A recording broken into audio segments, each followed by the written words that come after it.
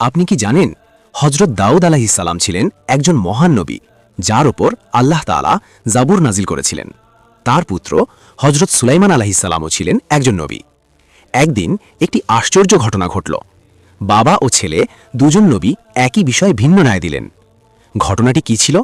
রাতের সময় এক ব্যক্তির ছিল আঙুরে ভরা সুন্দর একটি বাগান, অন্য একজনের ছিল কিছু বকরি অর্থাৎ ছাগল। হঠাৎ এক রাতে বকরিগুলো বাগানে ঢুকে পড়ে। সারা বছরের ফল ফসল নষ্ট হয়ে যায়।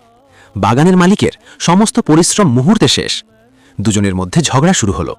শেষ পর্যন্ত তারা বিচার চাইতে গেলেন হজরত দাউদ আলাইহিস সালামের কাছে। তিনি ছিলেন বনি ইসরায়েলের বাদশাহ। দুই পক্ষের কথা শুনে তিনি বললেন, ক্ষতির বিনিময়ে বকরিগুলো বাগানের মালিককে দিয়ে দেওয়া হোক। লোকেরা বলল, সুবহানাল্লাহ, কি চমৎকার ন্যায় বিচার। সেখানে তরুণ সুলাইমান আলাইহিস সালাম উপস্থিত ছিলেন। তিনি বিনয়ের সঙ্গে বললেন, হে পিতা, আপনার রায় সঠিক, তবে এর চেয়েও উত্তম একটি উপায় হতে পারে। তিনি প্রস্তাব দিলেন, বকরিগুলো সাময়িকভাবে বাগানের মালিকের কাছে থাকবে। সে বকরির দুধ ও উপকার ভোগ করবে। বকরির মালিক বাগানটি আগের মতো ঠিক করে দেবে।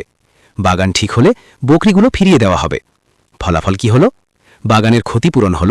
বকরির মালিক স্থায়ী ক্ষতির মুখে পড়ল না। দুজনের মধ্যেই ন্যায় ও কল্যাণ প্রতিষ্ঠিত হল।